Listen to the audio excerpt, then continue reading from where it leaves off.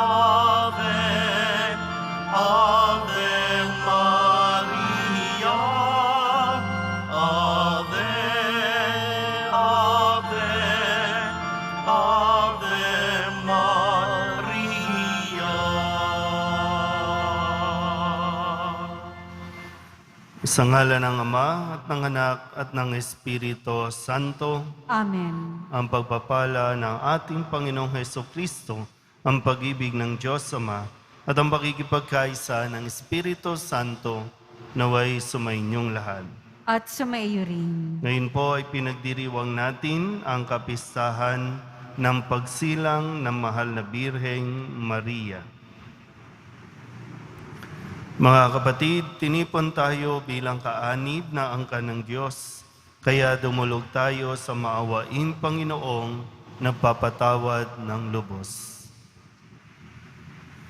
Sinugong tagapagpagaling sa mga nagsisisi, Panginoon, kaawaan mo kami. Panginoon, kaawaan mo kami. Dumating na tagapag-anyayang mga makasalanan ay magsisi, Kristo, kaawaan mo kami. Kristo, kaawaan mo kami. Nakaluklok ka sa kanan ng Diyos Ama para ipamagitan kami. Panginoon, kaawaan mo kami. Panginoon, kaawaan mo kami. Kaawaan tayo ng makapangyarihang Diyos. Patawarin tayo sa ating mga kasalanan at patnubayan tayo sa buhay na walang hanggan. Amen.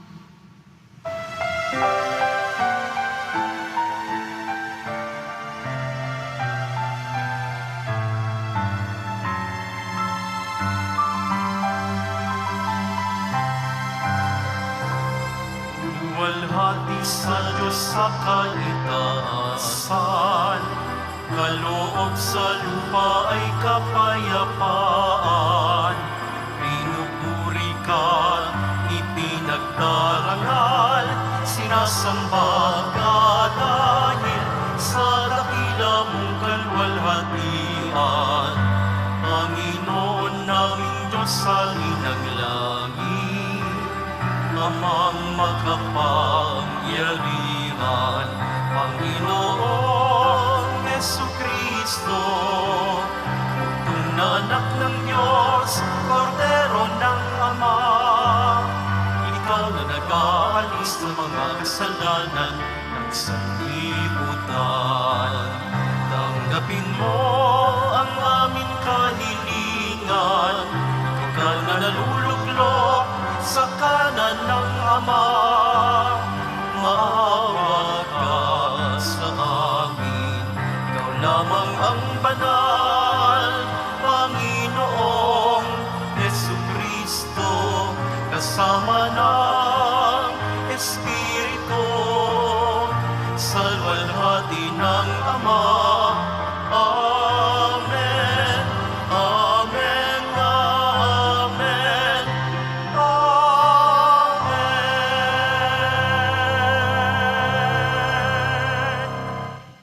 Manalangin tayo. Ama naming makapangyarihan, igawad mo ang iyong kaloob sa iyong angkan upang ang mga nagkamit ng pasimula ng kaligtasan sa ipinanganak na Kristong ng Birheng Mahal ay makatanggap ng ibayong kapayapaan sa kapistahan ng pagsilang ni Mariang Ina ng Tanan sa pamamagitan ni Jesucristo kasama ng Espiritu Santo magpasawalang hanggan. Amen. Pagbasa mula sa aklat ni Propeta Mikas. Ito ang sinasabi ng Panginoon, Bethlehem Ephrata, bagamat pinakamaliit ka sa mga angkan ni Huda, ay sa iyo magmumula ang isang maghahari sa Israel. Ang pinagmulay buhat pa ng una, mula pa noong unang panahon. Kaya nga ang bayan ng Panginoon ay ibibigay niya sa kamay ng mga kaaway, hanggang sa isilang ng babae ang sanggol na maghahari. Pagkatapos babalik sa Israel ang nalabi sa bansang ito. Pagdating ng haring yaon, Pamamahalaan niya ang Israel sa pamamagitan ng kapangyarihan ng Panginoon. Taglay niya ang kadakilaan ng pangalan ng Panginoon na kanyang Diyos. At ang Israel ay mamumuhay na ligtas, sapagkat ang haring yaon ay kikilalanin ng buong sanlibutan. Sa kanya magmumula ang kapayapaan natin. Ang salita ng Diyos. Salamat sa Diyos.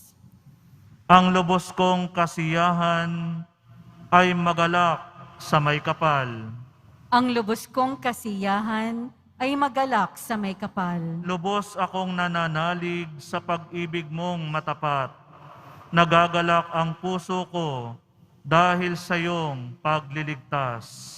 Ang lubos kong kasiyahan ay magalak sa may kapal. Aawitan kita poon, aawitan buong galak. Dahilan sa kabutihang sa akin ay iginawad.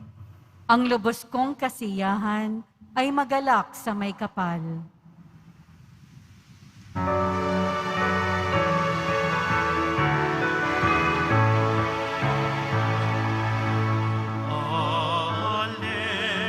alleluia, alleluia.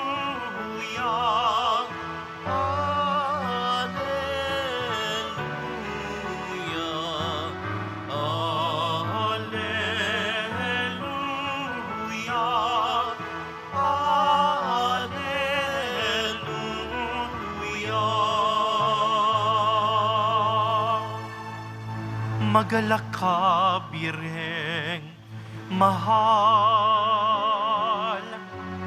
ikaw ang inang nagsilang sa araw ng katarungan. Alleluia, alleluia, alleluia, alleluia.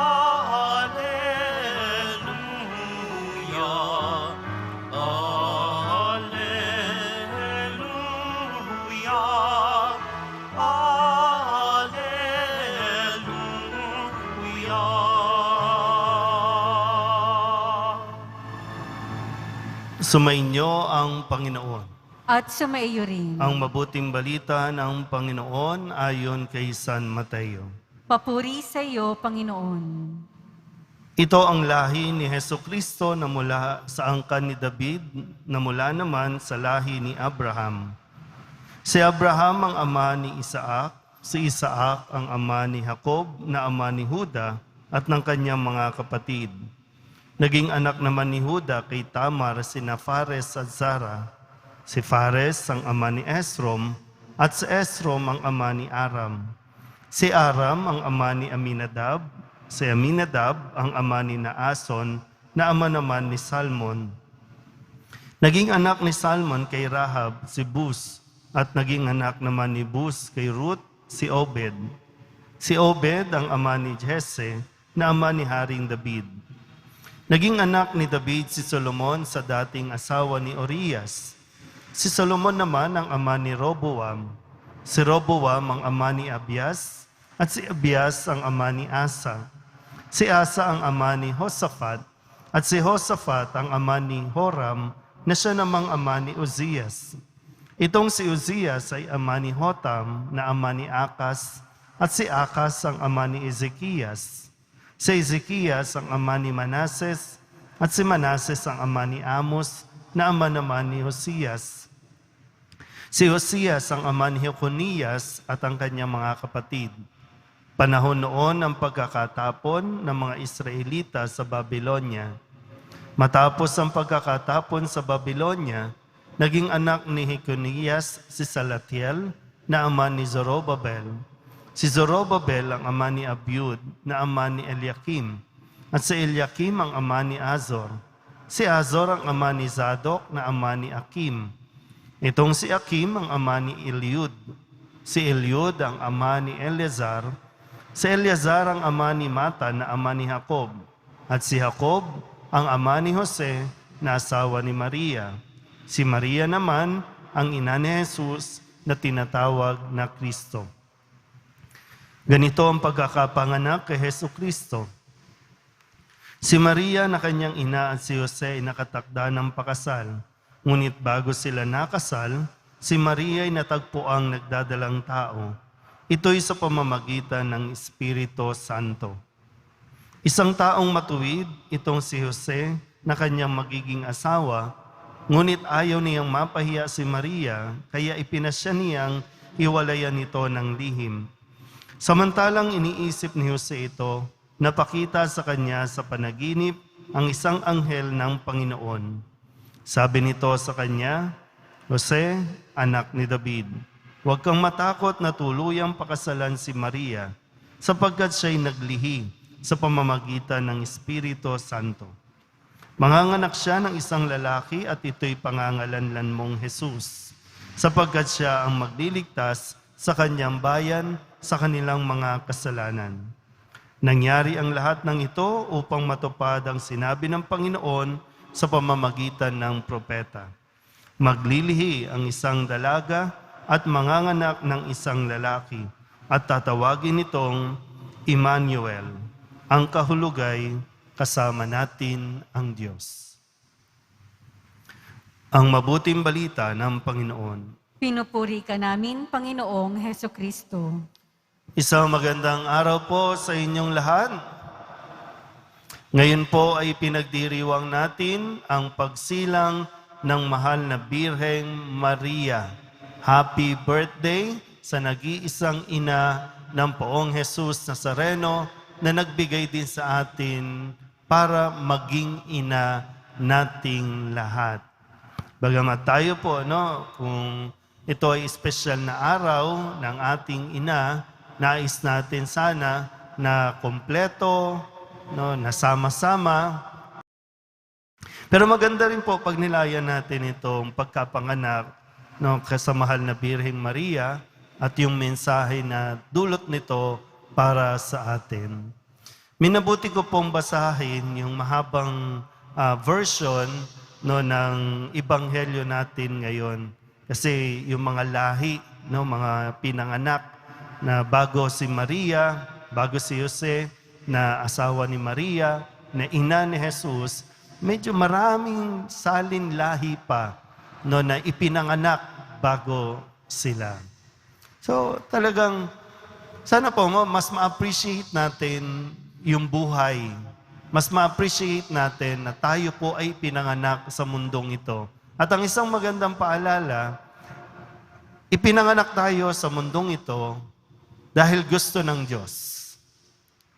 Ipinanganak tayo sa mundong ito dahil may plano ang Diyos na maganda para sa atin. Pero mo, ang daming malalaking pangalan, mga naging hari, mga naging masalimuot din ng buhay dito sa mga pangalang nabanggit, pero sadyang hindi nagsasawa ang Diyos na magbigay ng bagong buhay para lamang sa ikaliligtas ng tao. Sana po makita na hindi lang tayo basta pinanganak para wala lang. Hindi lang tayo pinanganak sa mundong ito at lalo tigit, ito po maganda, hindi ka ipinanganak sa mundong ito para maging problema. Kaya nga kailangan natin magdesisyon. Katulad ni Maria, na sa simula't simula pa, ninais ng Diyos na siya ay isilang dahil siya ang pinili na maging ina ni Jesus. Hindi man tayo yung magiging ina ni Jesus, pero mayroong ibang plano ang Diyos na maganda para sa atin kung kaya tayo isinilang. Nakakasiguro po ako na lahat po tayo isinilang para magbigay ng kaligayahan.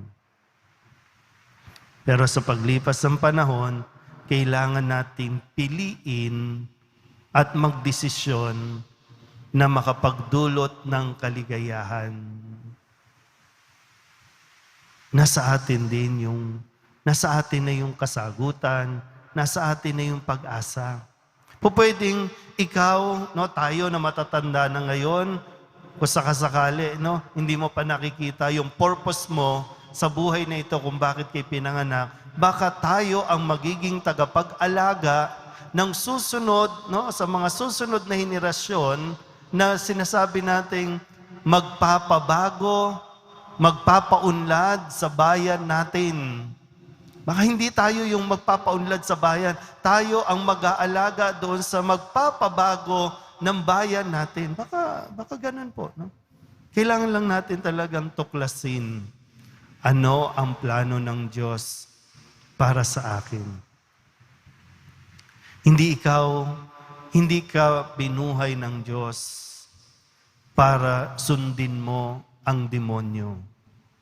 Kasi pag sinabing sundin ng demonyo, yung mga gumagawa ng masama. No? Hindi ka ipinanganak para magtayo ka ng sugalan.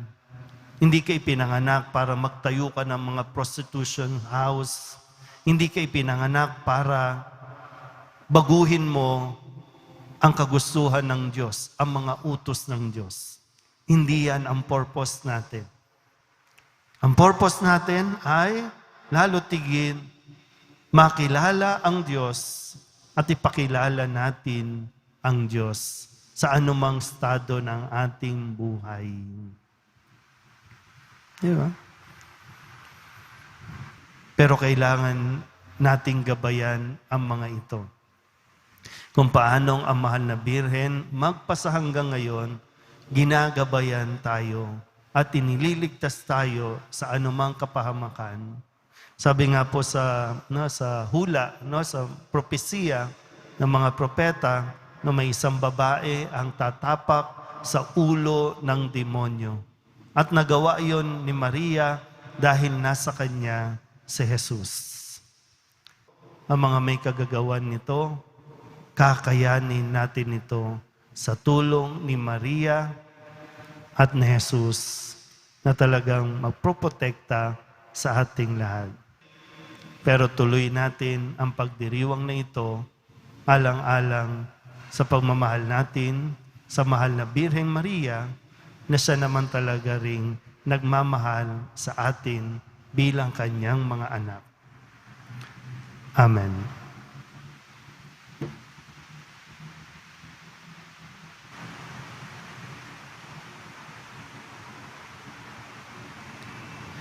Minamahal ko mga kapatid, sa pagsilang ng mahal na Birhen, nakikita natin na dumating na sa huling yugto ang plano ng Ama para sa kaligtasan ng mundo.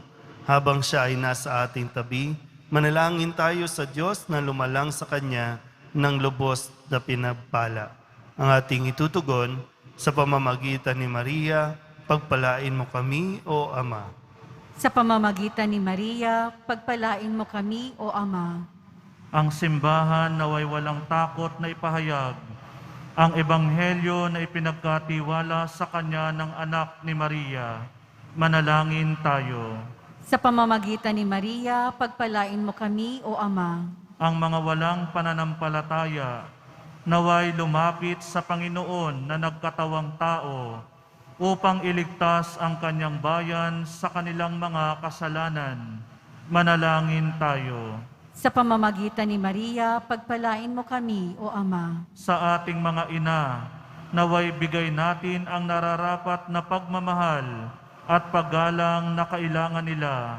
Manalangin tayo. Sa pamamagitan ni Maria, pagpalain mo kami, O Ama. Sa tulong ng mga panalangin ni Maria, naway maibalik sa kawan ang mga tumalikod sa pagtupad ng kanilang pananampalataya. Manalangin tayo. Sa pamamagitan ni Maria, pagpalain mo kami, O Ama. At tinawang tanggapin si Jesus sa Eucharistia bilang Diyos na kapiling natin. Manalangin tayo. Sa pamamagitan ni Maria, pagpalain mo kami, O Ama. Idulog din natin sa Panginoon ang ating mga personal na kahilingan at mga panalangin para sa ating mga pamilya. Ganun din ang lahat ng mga misang pasasalamat, special na intensyon at mga kaluluwa na hinihiling na ipagdasal sa oras na ito.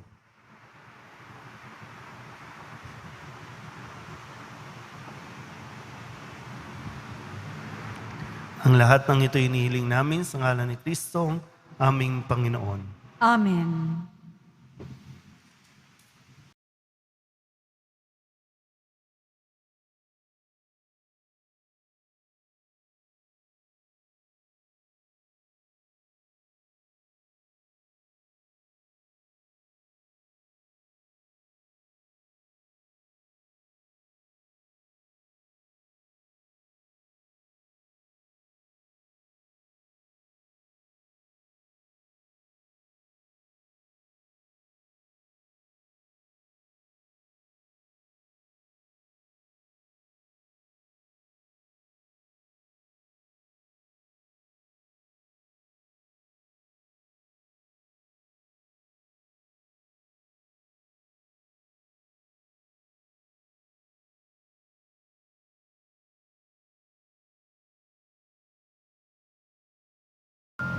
Manalangin kayo mga kapatid upang paghain natin ay kalugdan ng Diyos amang makapangyarihan. Tanggapin nawa ng Panginoon itong paghahain sa iyong mga kamay, sa kapurihan niya at karangalan, sa ating kapakinabangan at sa buong sambayanan niyang banal. Ama naming lumikha, ang iyong nagkatawang taong anak ay tumulong nawa sa aming ginagawa upang siya na iniluwal ni Maria nang di bumawas kundi lalo pang nagpaganap sa pagkabirhen ay magpagindapat na kalugdan mo ang aming paghahain sa igapagpapatawad ng mga kasalanan, sapagkat siya ang Panginoong kasama mo at ng Espiritu Santo magpasawalang hanggan. Amen. Sumainyo ang Panginoon. At sumaiyo rin. Itaas sa Diyos ang inyong puso at diwa. Itinaas na namin sa Panginoon. Pasalamatan natin ang Panginoong ating Diyos. Marapat na siya ay pasalamatan. Ama naming makapangyarihan, tunay ngang marapat na ikaw ay aming pasalamatan ngayong kapistahan ng pagsilang ng mahal na Birheng Maria. Bukod mong pinagpala sa babaeng lahat, ang mahal na Birheng totoong mapalad, na iyong piniling maging ina ng iyong anak noong isugo mo siya bilang aming Mesiyas. Sa kapangyarihan ng Espiritong Banal, ang Birheng Maria ay naging inang tunay ng iyong anak na kanyang isinilang bilang liwanag nitong sanlibutan. Kaya kaysa ng mga anghel na nagsisiawit ng papuri sa iyo, nang walang humpay sa kalangitan, kami nagbubunyi sa iyong kadakilaan.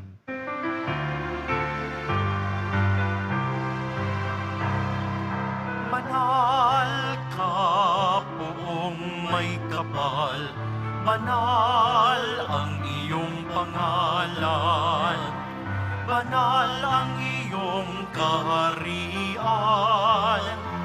langit lupa'y nagpupugay sa iyong kadakilaan, dinarakilan ng lahat ang naparito mong anak, na siyang nagmulat sa bulag, sa pilay ay nagpalakan, at nakiramay sa lahat.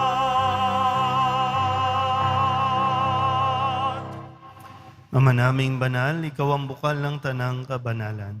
Kaya't sa pamamagitan ng iyong Espiritu, gawin mong banal ang kaloob na ito upang para sa aming maging katawan at dugo ng aming Panginoong Hesukristo. Bago niya pinagtiis ang kusang loob na maging handog, inawakan niya ang tinapay, inasalamatan kaniya, pinagati-hati ni iyon, inabot sa kanyang mga alagad at sinabi, "Tanggapin ninyong lahat ito at kanin, ito ang aking katawan na ihahandog para sa inyo."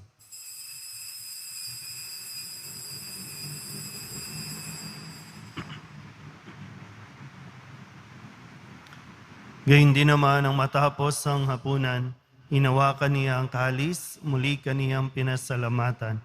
Iniabot niya ang kalis sa kanyang mga alagad at sinabi, "Tanggapin ninyong lahat ito at inumin. Ito ang kalis ng aking dugo, ng bago at walang hanggang tipan.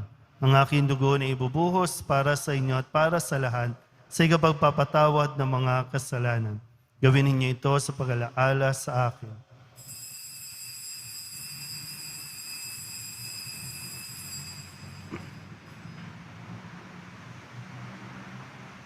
Ipagbunyi natin ang misteryo ng pananampalataya. Si Kristo'y namatay, si Kristo'y nabuhay, si Kristo'y babalik sa wakas ng panahon. Ama, ginagawa namin ngayon ang pag-alaala sa pagkamatay at muling pagkabuhay ng iyong anak, kaya tiniaalay namin sa iyo ang tinapay na nagbibigay buhay at ang kalis na nagkakaloob ng kaligtasan.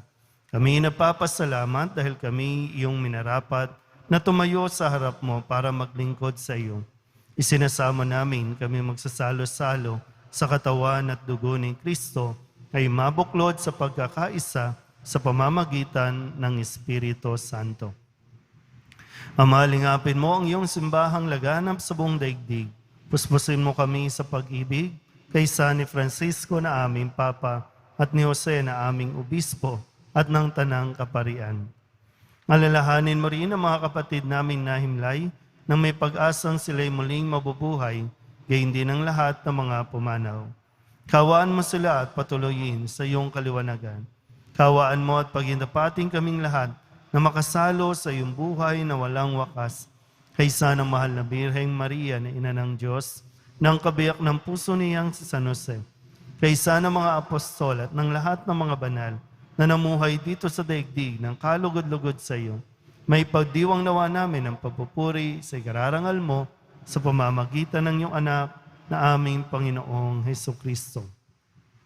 Sa pamamagitan ni Kristo, kasama niya at sa Kanya, ang lahat ng parangal at papuri ay sa iyo, Diyos amang makapangyarihan, kasama ng Espiritu Santo, magpasawalang hanggan. Amen, amen, amen, amen.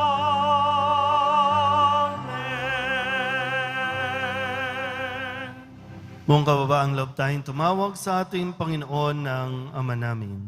Ama namin, Sumasalangit ka, sambahin ang ngalan mo, mapasa amin ang kaharian mo, sundin ang loob mo dito sa lupa para nang sa langit.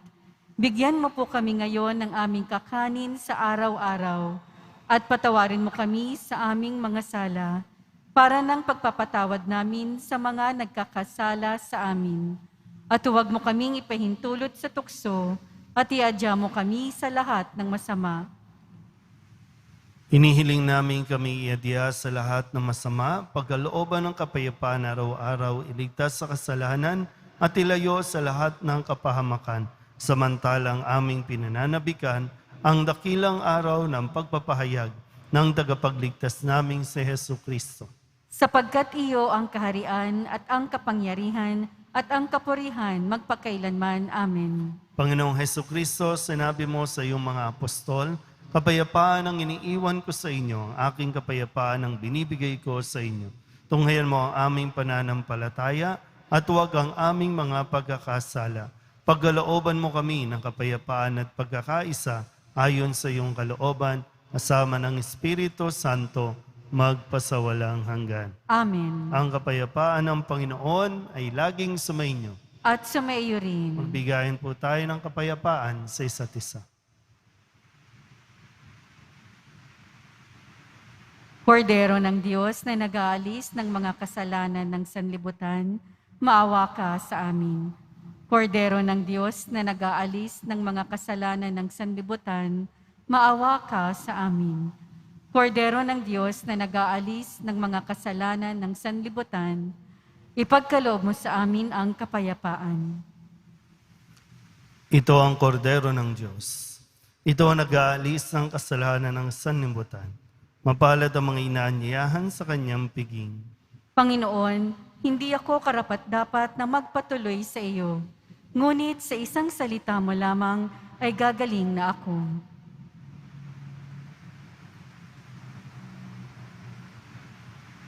Katawan ni Kristo, Amen.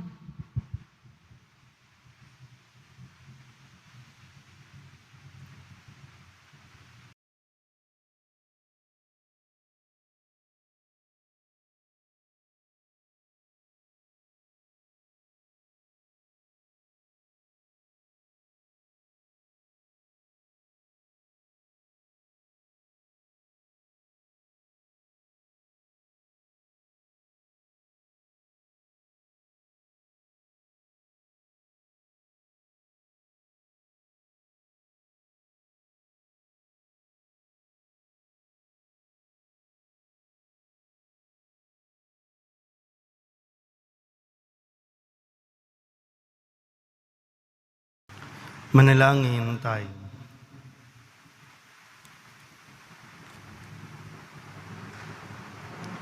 Ama naming mapagmahal, pasayahin mo ang iyong sambayanan na pinapagsalo-salo mo sa biging na banal sa kapistahan ng pagsilang ni Mariang Birheng Mahal na siyang pag-asa ng sanlibutan at bukang liwayway ng kaligtasan sa pamamagitan ni Jesucristo, kasama ng Espiritu Santo, magpasawalang hanggan. Amen. Sumainyo ang Panginoon At sumaiyo rin. at pagpalain kayo ng makapangyarihang Diyos, Ama at Anak, at Espiritu Santo. Amen. Umayo kayong taglay ang kapayapaan ng poong Jesus Nazareno.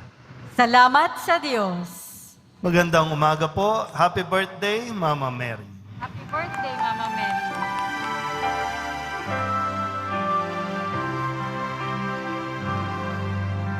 Padre Jesus Nazareno, sinasamba ka namin. Pinipinto ka namin. Aral mo ang aming buhay at kaligtasan. Cristo Padre Jesus Nazareno, iligtas mo kami sa kasalanan. Ang krus mong kinamatayan ay sagisag ng aming kaligtasan. Nuestro Padre Jesus Nazareno, dinarangal ka namin. Nuestro Padre Jesus Nazareno, niluluwalhati ka namin. Nuestro Padre Jesus Nazareno, dinarangal ka namin. Nuestro Padre